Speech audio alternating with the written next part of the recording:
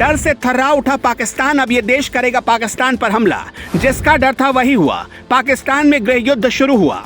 इधर Modi and team ने किया ऐसा काम, कई देश हो गए हैरान। उधर रूस के राष्ट्रपति पुतिन ने भी कर दिया भारत के लिए बड़ा ऐलान। पीओके का बड़ा हिस्सा चीन को बेचने की तैयारी में था पाकिस्तान। भारत ने पकड़ा गुस्साए अमेरिका ने भी पाकिस्तान को कुचल दिया। इधर भारत G20 देशों के विदेश मंत्रियों के साथ प्लानिंग बना रहा है और उधर पाकिस्तान ने पीओके को ही बेचने का पूरा प्लान बना लिया।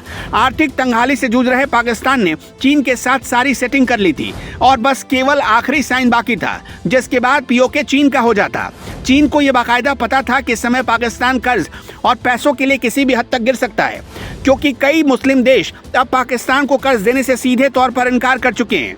मतलब चीन के लिए यह बहुत ही बेहतरीन मौका था, जिसे वो भुनाकर भारत को सबक सिखाना चाह रहा था। सब कुछ चीन और पाकिस्तान के हिसाब से ही चल रहा था, लेकिन तभी इसकी भनक भारत को लग गई, जिसके बाद भारत ने ऐसा सबक सिखाया कि पाकिस्तान के भी होश उड़ गए।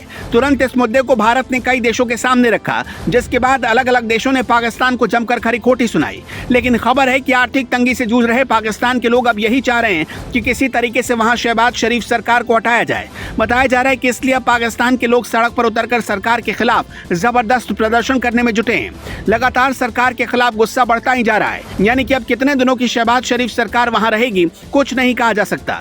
मौजूदा समय में पाकिस्तान की हालत ऐसी हो गई है कि वो अपने परमाणु हथियारों की भी नीलामी के बारे में सोच रहा है। यानी जो पाकिस्तान कभी दुनिया को परमाणु हथियारों का ध्वंस दिखाता था, अब जब भूखा मरने लगा तो उसे याद आया कि पैसे कमाने का केवल एक ही रास्ता बचा है कि अपने हथियारों को बेच दिया जाए।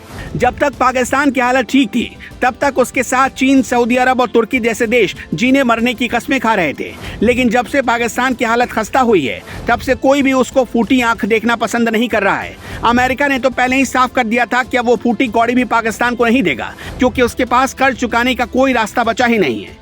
लेकिन ये इतना आसान नहीं था। प्रधानमंत्री मोदी ने दुनिया के देशों को ये दिखाया है कि कैसे भारत आने वाले सालों में गेम चेंजर साबित हो सकता है। इसलिए अब दुनिया के देश भी पाकिस्तान का साथ छोड़ने में ही अपनी भलाई समझ रहे हैं। जो कभी पाकिस्तान के दोस्त हुआ करते थे, वो अब मोदी के दोस्त हैं। यही वजह है कि पाकिस्तान चाहकर भी पीओके को अब बेच नहीं सकता है।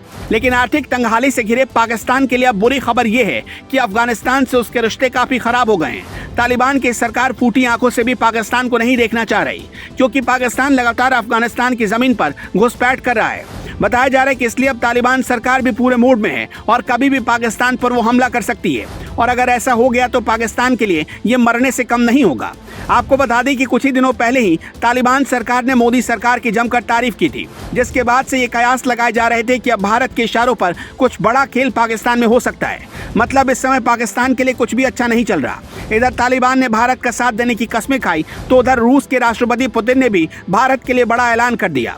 पुतिन ने फिर साफ किया कि लाख पाबंदियों के बावजूद वो अपने जिगरी दोस्त भारत को व्यापार में फायदा पहुंचाएगा। जब से लड़ाई शुरू हुई है, तब से रूस पर कई देशों ने आर्थिक प्रतिबंध लगाए हैं, लेकिन भारत ने रूस का हमेशा साथ दिया है। और जब दुनिया तेल और गैस संकट से जूझ रही है, तब भी मोदी ने रूस से सस्ता तेल खरीद कर दिखा दिया कि भारत किसी के आगे झुकने वाला नहीं है।